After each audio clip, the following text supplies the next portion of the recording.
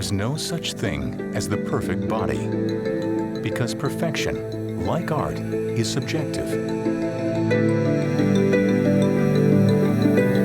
At birth, we are simply defined by gender, male or female. But how we appear is not always how we are. It was a trauma. It was a trauma for me to have to be dressed in girls' clothing. I've always considered myself heterosexual female. In my mind, I've always had a vagina, and so that needs to be congruent with who I am. You can only tell so many lies before you have to tell the truth. And to me, being a boy was a lie. It was. That might be the pinnacle of the transition, finding a man and falling in love and having good sex. Crossing gender is the most revealing journey of all.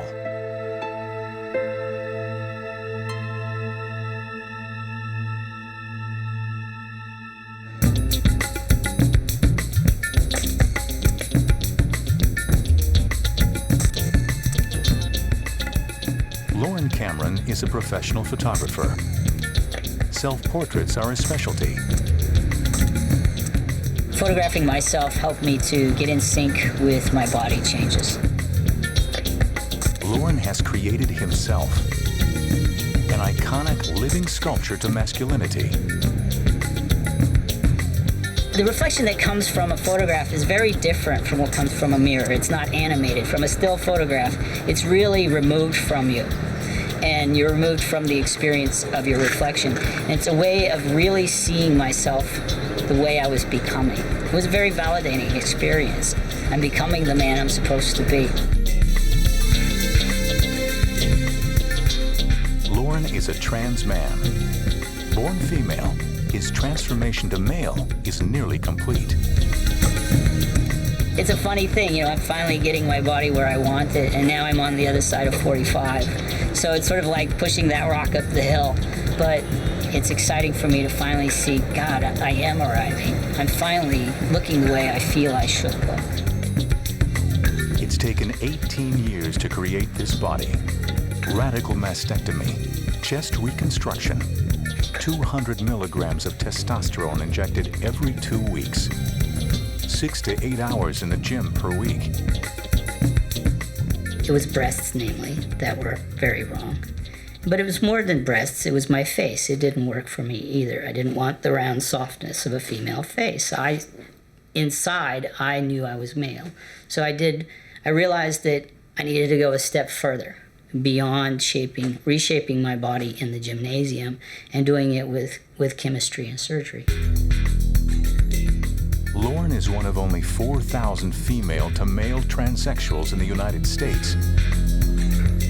By comparison, 3 times as many men have transitioned to women. Lauren represents the end of the transgender journey.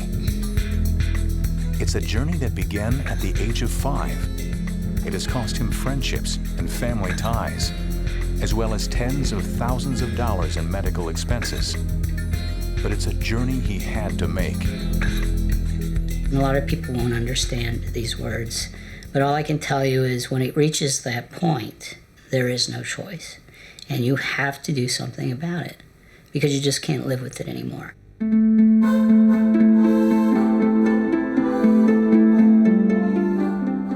There are many misconceptions about what it is to be transgendered.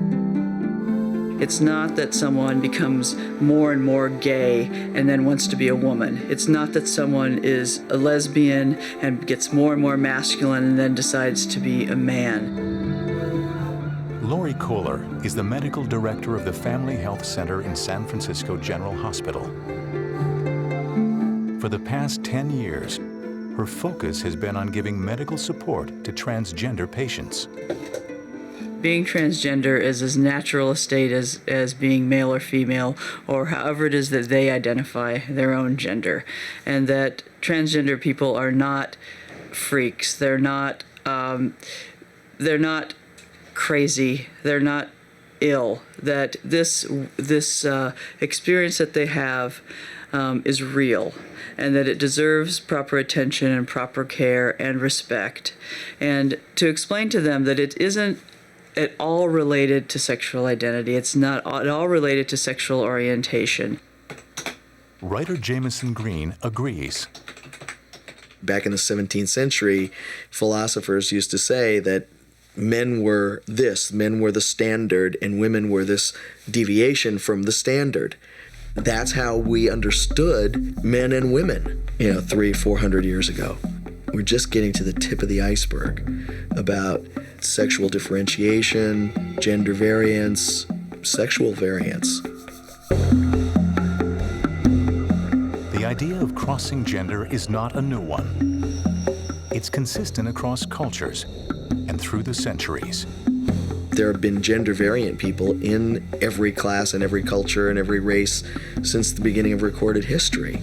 All the mythology about people changing genders, it's everywhere. People are fascinated with this sort of thing.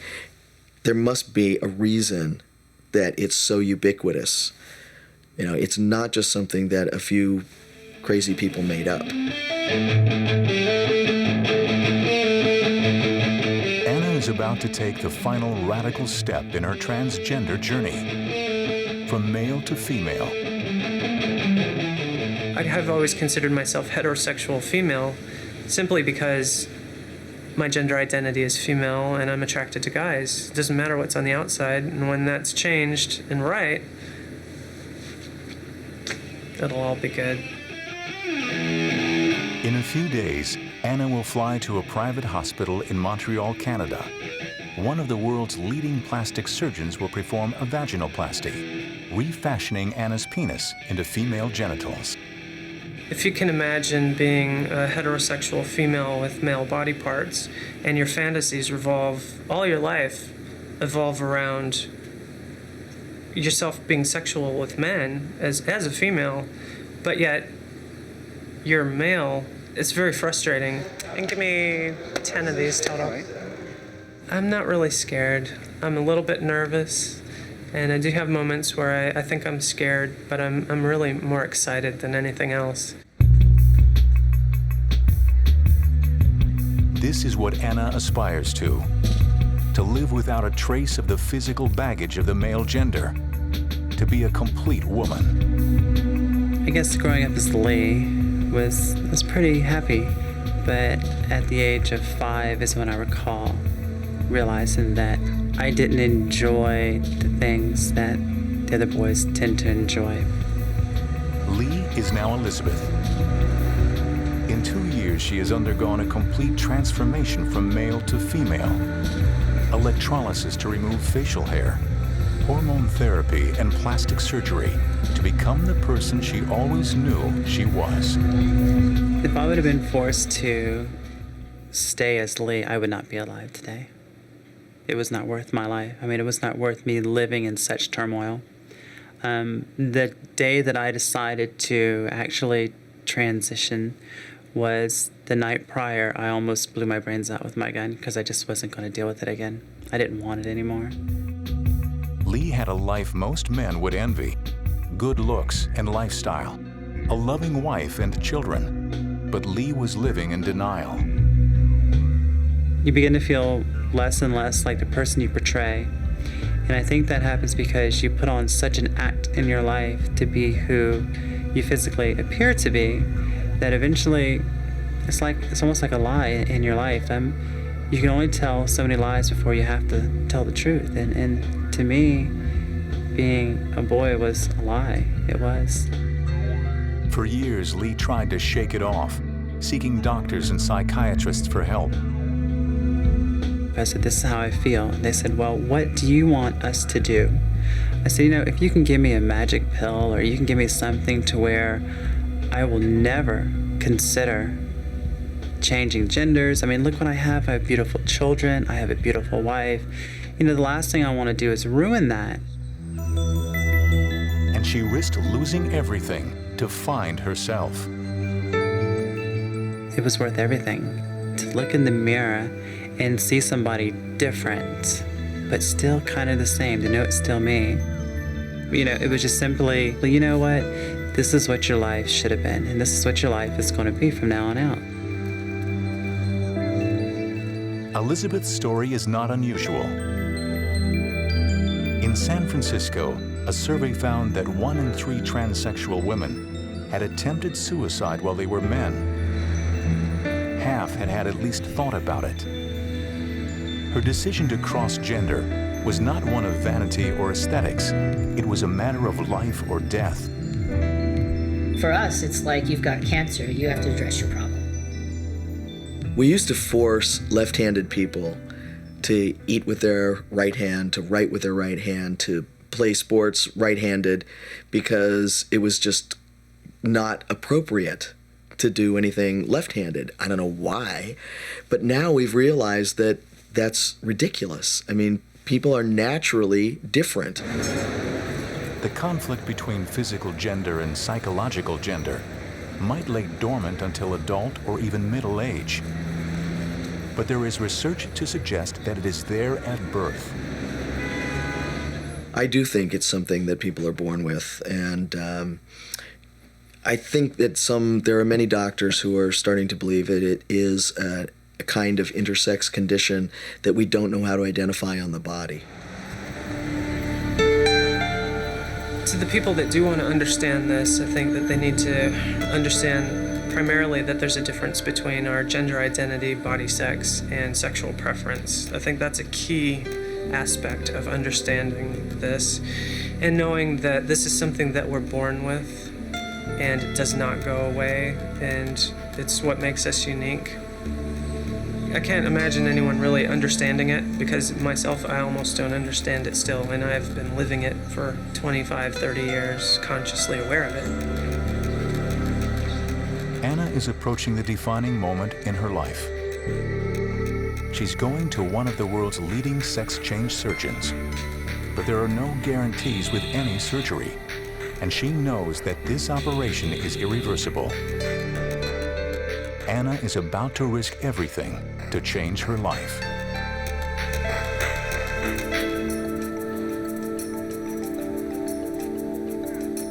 There is no 10-step program to gender change.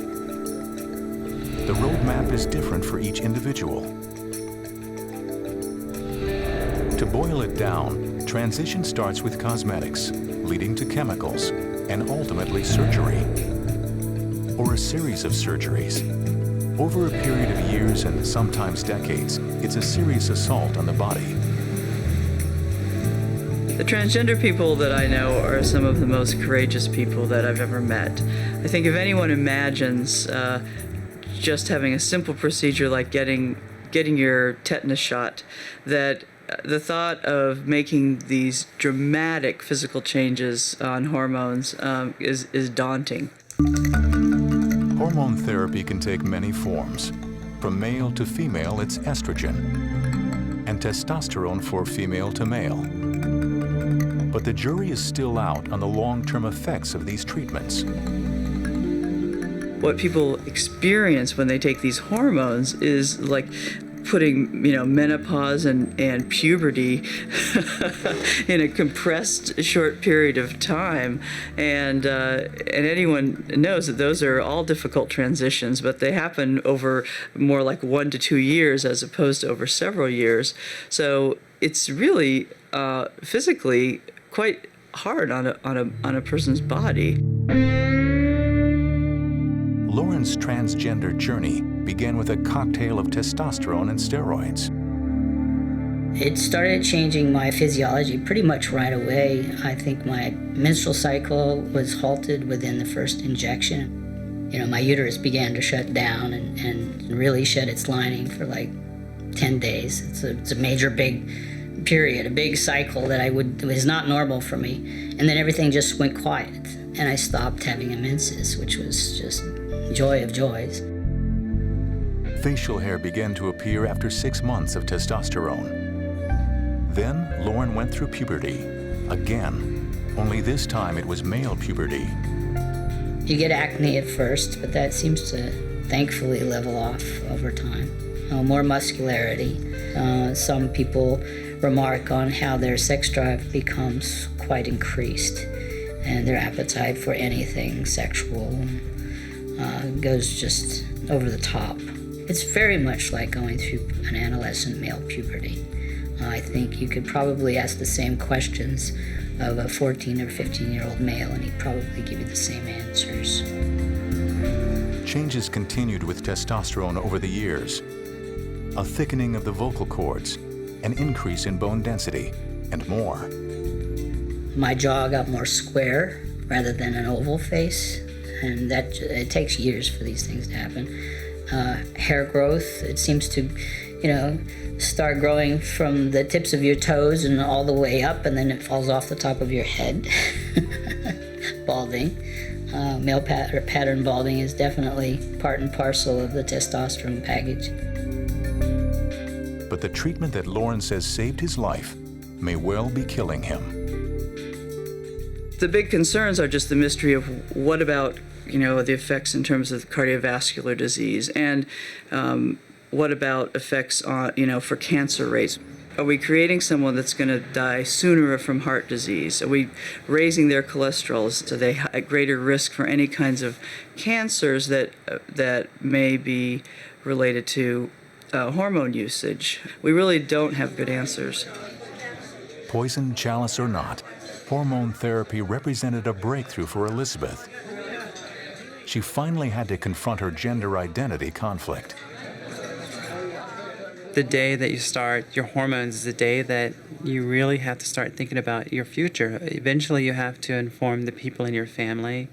You have to tell people what's going on in your life, because these changes are going to be subtle at first, but eventually they're going to really start to flare out here. Anna has spent her life trying to live with the body she was born with. But she knew all along she was female. Yeah, when I get out of the shower or go to the bathroom, especially in a public place, it's very discomforting to see something extra down there that's a very manly thing to have, that I just don't feel belongs. It just doesn't feel like a part of me, and it doesn't feel right. It's like the last piece of me that once it's fixed, I'll be complete, and I'll just feel like a whole person for the first time in my life, because it really reminds me of who I'm not. And the fact that it can be changed into something that I am is just beyond imagination.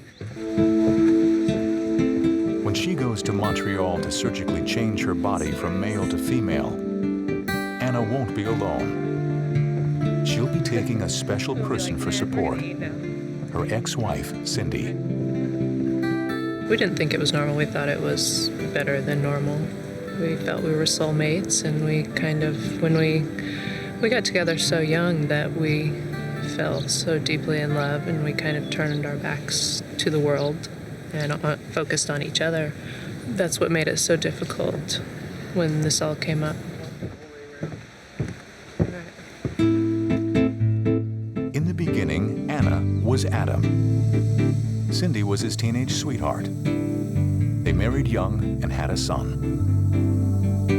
Very loving, considerate, funny, happy, yet with bursts of anger from the internal frustration. But as a father, very attentive and interested and awesome.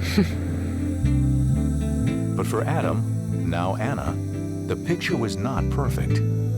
You push hard to be the man, to get married and have kids and, join the army. A lot of people joined the forces or become firemen, just trying to prove to ourselves more than the world that we're masculine and we're men. But that really tends to backfire on us. And anyone who says it doesn't backfire, I think, is kidding themselves, because it does.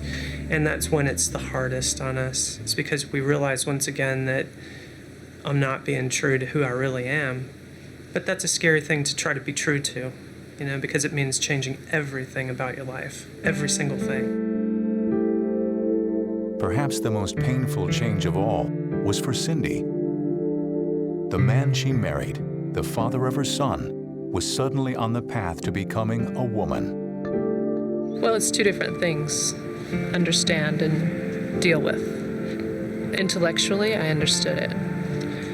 emotionally dealing with it is a completely different thing. As a spouse, a broken spouse, feeling like we shared everything, how did this secret get through, and such a big one, such a core secret, feeling betrayed and hurt and angry. And then the whole other set of feelings of, this is my best friend and here's a path to make you not angry and to heal. So feeling happy for that person. So dealing with it was a very long, strenuous, arduous, excruciating process at times. That was. Their marriage is over, but the friendship endures. Yeah, that was. As Anna faces an operation that will end his life as a man. It's called a vaginoplasty. The procedure consists of changing the male genitals into female genitals. Female genitals that are functional. Functional meaning good sensation and capacity for orgasms and intercourse. Dr. Pierre Broussard is one of the world's leading sex reassignment surgeons. Our clinic performs probably around 250 SRS, sex reassignment surgeries, per year. The demand here is great. Not many surgeons do these procedures. So we have a long waiting list because patients know we're reliable, we get good results, and also they're taken care of from the beginning when they arrive in Montreal. The majority of patients come over the border from the United States. To qualify for sex reassignment surgery, most doctors require a patient to have lived in the gender to which they are transitioning for 12 months. The same period of continuous hormone therapy is also required, and they need letters of recommendation from a psychotherapist and a psychiatrist.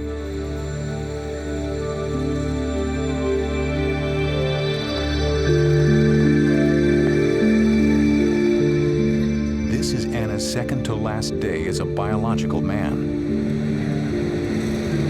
It's even more beautiful here than I was led to believe. Yeah. What a beautiful little building. Wow. Convalescence. La Maison de Yale. After checking in to the Montreal Clinic's residence, Anna will meet her surgeon for the first time. After that, there will be no turning back.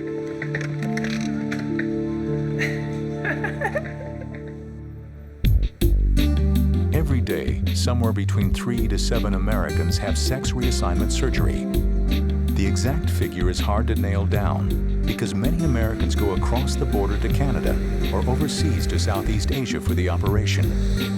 We really have no good estimate of how many transgender people there are. I think that there are probably many more transgender people than we're able to count, and part of that is because people seek care in all different small clinics around the country, and oftentimes people want to protect their identity and they want to remain anonymous. The best study so far has been done in the Netherlands, where almost all transsexual people have to go through the same institution.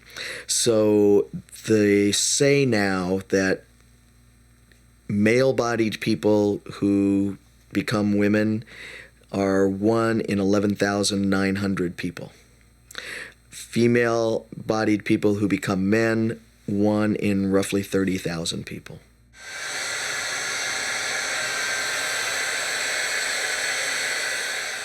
For me, sexuality has a lot to do with the need for surgery because I just want to be female and I want to be with guys, I guess if I wanted to be with girls, I might consider keeping it, but still I don't think I would be complete because I wouldn't be fully me. Anna's wait is almost over. Sex reassignment surgery will resolve the gender conflict she's been living with for 38 years.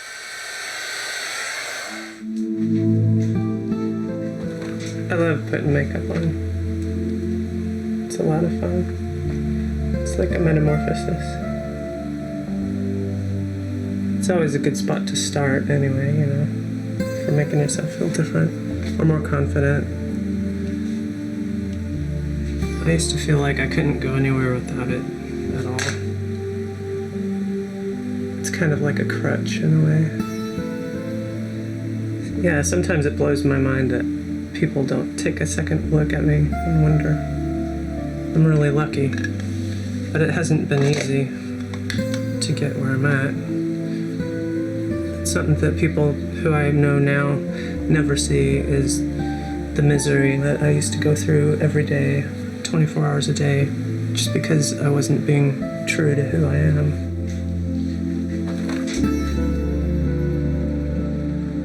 Aside from the emotional cost of coming out, crossing gender is expensive.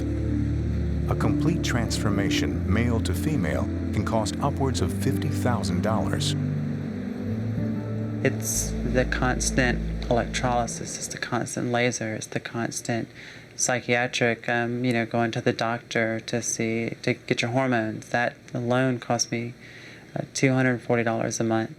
We didn't advertise at all. I have spent several $1,000s on transitioning, but I think it's been far less than some people have had to spend. I spent a few $1,000s on electrolysis, which is really where the major amounts of money have gone. I haven't had any surgeries yet, so I've been very lucky in that regard.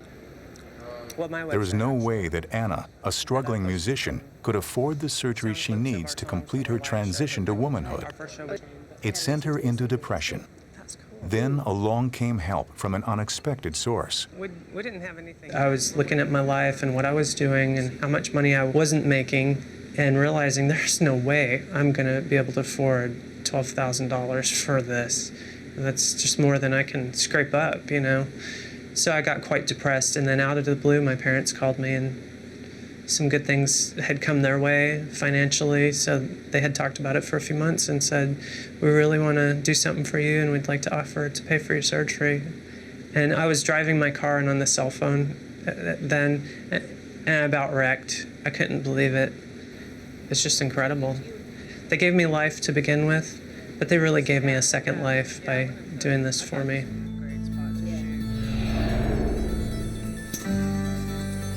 Developments in plastic surgery have increased the promise of a transgender transformation.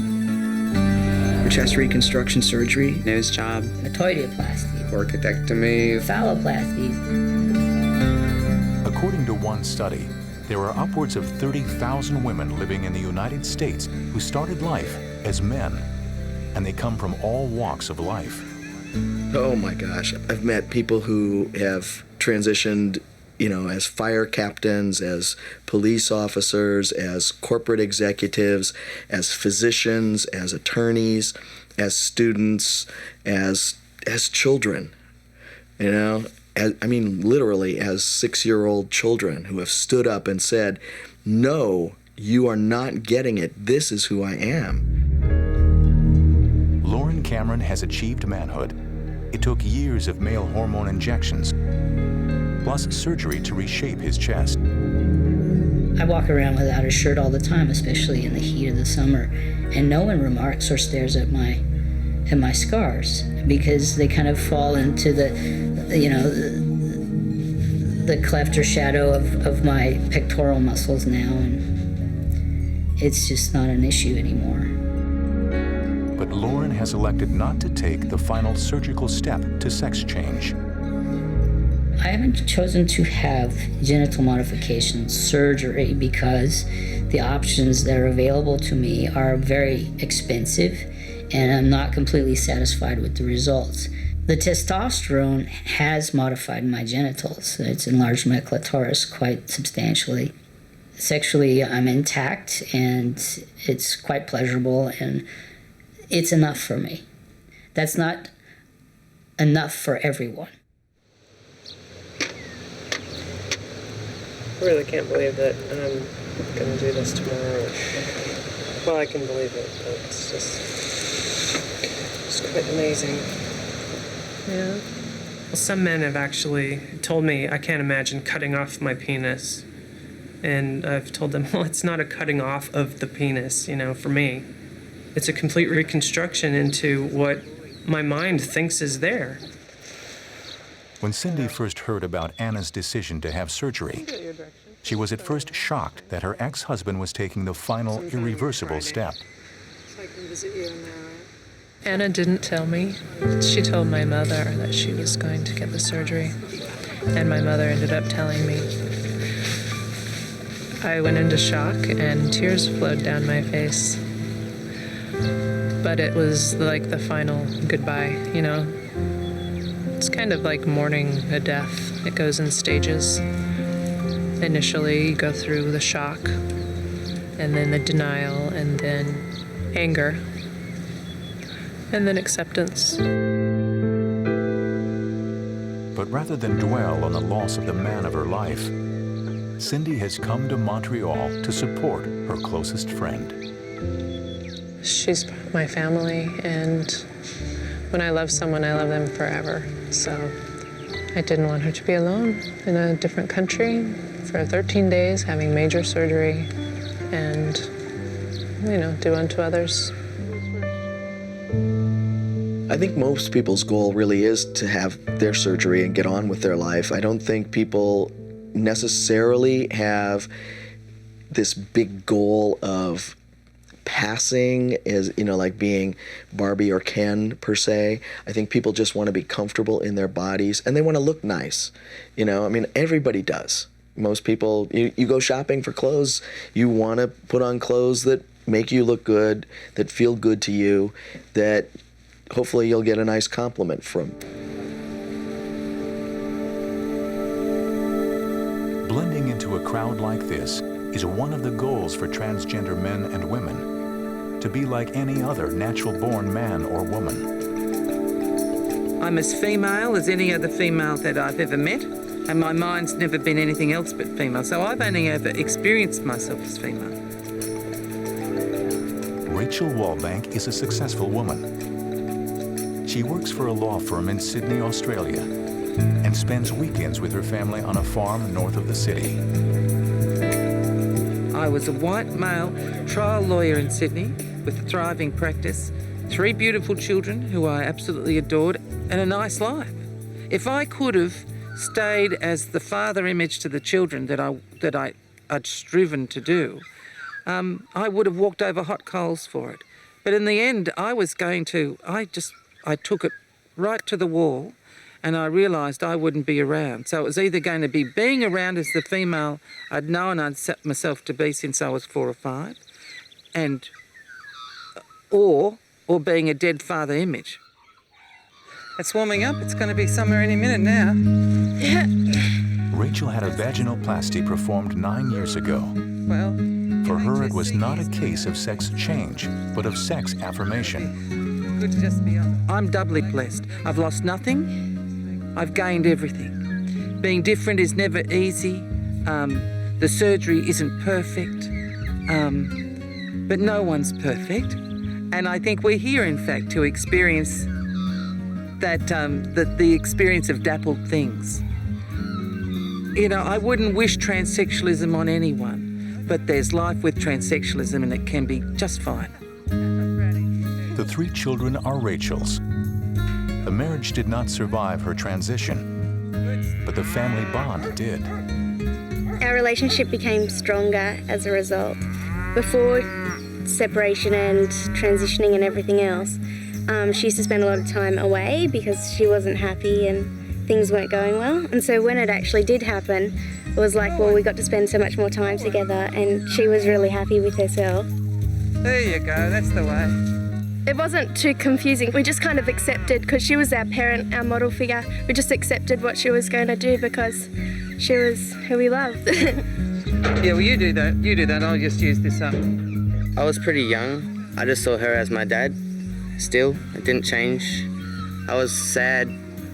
Rachel told me that I did cry a fair bit, but I got over it pretty quickly, and our bond as father and son didn't change. Well done, James, that's good. I can honestly say without the love of those 3 children, I don't think I would have made the journey. I don't think I would have been so driven to do it. You know, if you love someone, then you'll understand it when they say, this is what I have to do. This ain't bad for a bunch of city slickers, is it? As an attorney, Rachel has a unique perspective on the many groundbreaking legal cases she fights for the transgender community in Australia. people go out there, they live their lives. They're not visible. They're not challenging the gender dichotomy. They're not transgender liberationists. They're just wanting to live their lives as the men and women they've always known themselves to be. Spring. This is, well, it's their mating season, so that's why they get slowly. They're not going to see anything. It's just around. Gender change also involves identity change. Even something as simple as altering a driver's license is complicated.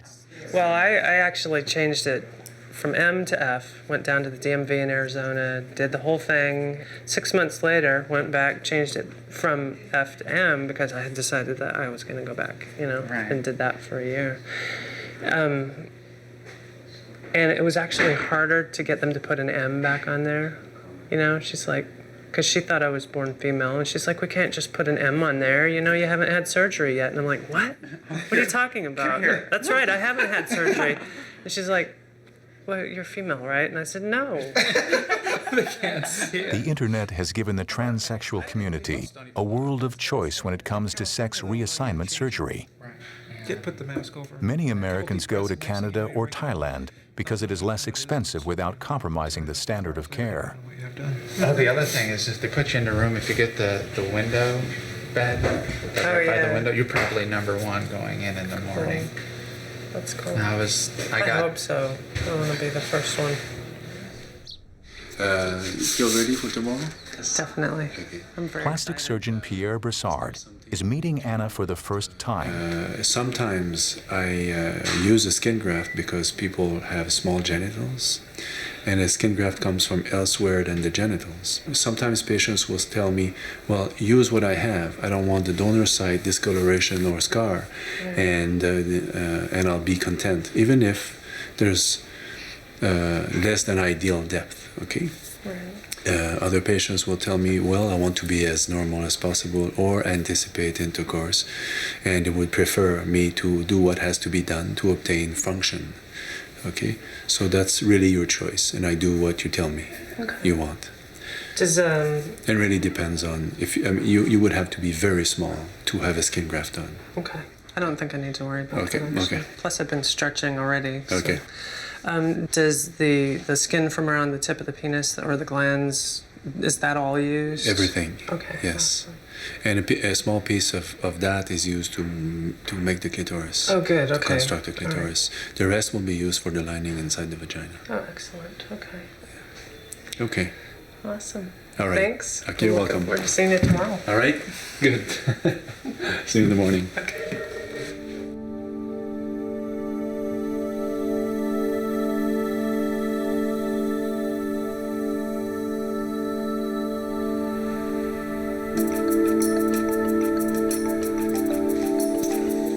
8 a.m. Anna is first up on Dr. Brassard's surgery list. Her moment of truth has finally arrived. The idea of the surgery is to use the penis skin, and it's inverted, like we invert a glove. The aim of the surgery is to create a functional vagina, using the skin and nerves of the removed penis. Skin is left attached actually to the blood vessels and nerves, and it's still attached to the brain, so the sensation is all kept. The scrotum skin is used also to make the lining for the vagina. One of the reasons Anna came to Montreal was that Dr. Brassard can complete her transition in one operation. Most clinics in the United States require 2 or more procedures for male to female sex reassignment surgery. In under 3 hours, Dr. Brassard and his team have completed the operation.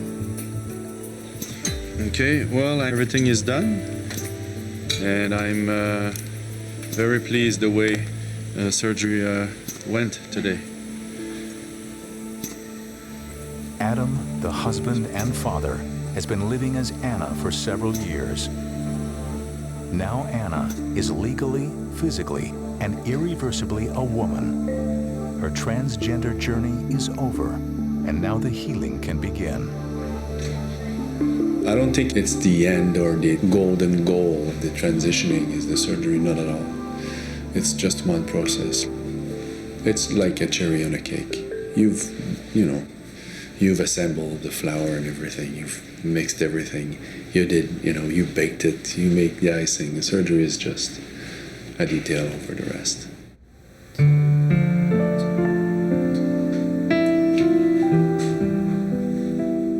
I think Anna has a lot of courage to deal with this problem.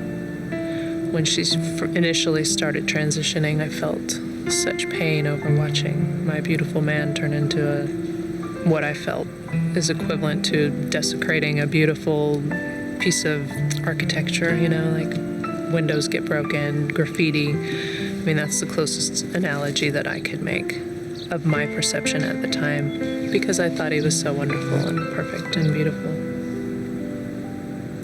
It takes a long time to fully understand. You gain wisdom, and to get this surgery was very important. It was necessary. A rebirth. She can be free now, definitely. Free to live her life.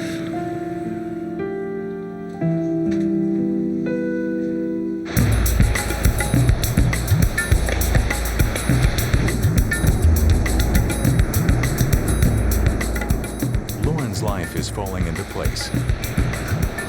I think probably what I hate most in the world is the thought of being mediocre. Mediocrity sounds like a loserville, 17 years after making the decision to transition, the author and photographer is now a role model for other trans men. Even though my artwork is very much about being transgender, in my everyday, I'm not wearing it on my forehead. I'm not talking about it, and I prefer it that way. And I think that that's true for a lot of people like me. Lauren uses his work to portray a positive image of transsexualism. It's a subject that's close to home. In fact, Lauren's perspective is unique. There's an interesting twist here. One of my sisters actually is also transgendered. Lauren started life as a female. His sister, the woman on the right, started life as his brother. Both my sister and I had always exhibited traits of the opposite gender of our birth. It was very strange. We were always swapping toys and making deals with each other. Well, she would offer to let me have her baseball mitt or her G.I. Joe that she got for Christmas if I would permit her to curl my hair or make a dress for me, which of course I abhorred. I was just like, why would I want you to do that, But I did want that G.I. Joe, and I really did want that baseball mitt. What makes two people from the one family transgender? What makes anyone transgender? The truth is, no one really knows.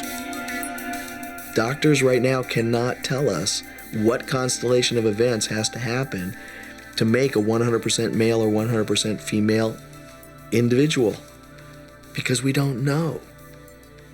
And if we don't talk about this stuff and we don't realize that male-bodied people and female-bodied people are not all there is, that we are, as human beings, much more complex and much richer than simply the shape of our genitals, then we're not going to evolve and solve all the social problems that we have. We have to look at this stuff.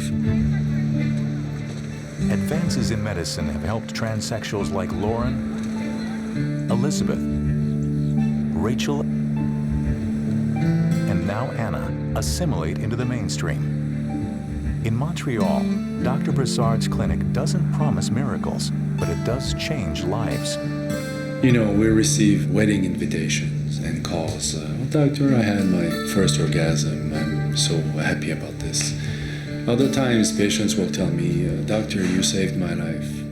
It's great to have this kind of comment, but at the same time, I'll always tell them, you saved your life yourself. You did it. I did the surgery for you. So it's simpler than what it is. So it's that I get this every week. You saved my life. So plastic surgeons really rarely save lives. After putting herself in Dr. Broussard's hands, Anna is about to find out what her new life holds. 2 days after surgery, Anna has passed the first test of recovery. I'm feeling awesome. I feel a lot better than I thought I would feel, 2 days after such major surgery. I feel a clarity that I've never felt before. From here, I think I'm just gonna finally go with my own flow and feel unencumbered by the disconnection between my brain and my body. I think that's gonna really just open me up to let me just finally be free, to not be stuck thinking, oh, this should be different and this should be fixed. Now that everything is taken care of, I can just use 100% of my brain power and self to do the things I love to do.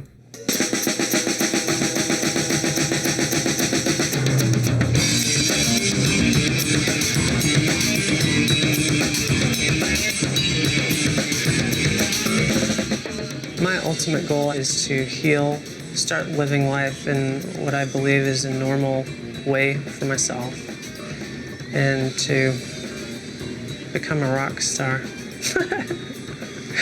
No, well, yeah. My real goal is to become a successful musician, and I hope to do that with the band I'm in now. Teach music, teach guitar, and just keep doing what I love to do. 2 months after the operation, Anna reported that she was fully recovered and completely satisfied with the results. She's now a single woman with a whole new world at her feet. Actually, that might be the pinnacle of the transition, finding a man and falling in love and having good sex. Although that's not going to be a quest of mine. I think it's more of a, if I find him or he finds me or our paths cross, then that'll be awesome. But I do have a lot of other things on my plate too, the band and my music and art and the things that I do that I won't sacrifice just for the sake of finding someone else, and I don't want to just go out and start having sex with just any guy, because it's not about just sex. It's about the relationship and the understanding, and he's gonna know about me, and he has to know about me before we can do anything together. So I think there's gonna have to be a very special guy out there that's gonna be able to accept that. I think the primary message is that there is such diversity in life that if we can accept all of that variation and realize that it's not a personal threat to us for someone to be different from us, it's actually makes the world richer and more interesting to know that there are people who have experience that's different from ours. I think people are ready now. There's times for things. And I think there are moments that are appropriate. And I think it's time now that the culture can embrace this aspect of ourselves called transsexualism and say, you're just another version of us. Come on in. Let's live this life together. Every good story has a twist. Remember, how people appear might not be how they always were. Take a group of people at random. Now take a closer look. Chances are someone in that crowd is transsexual. And if you think you can tell the difference, then you won't be surprised to learn this. The writer, Jameson Green, started life as a female.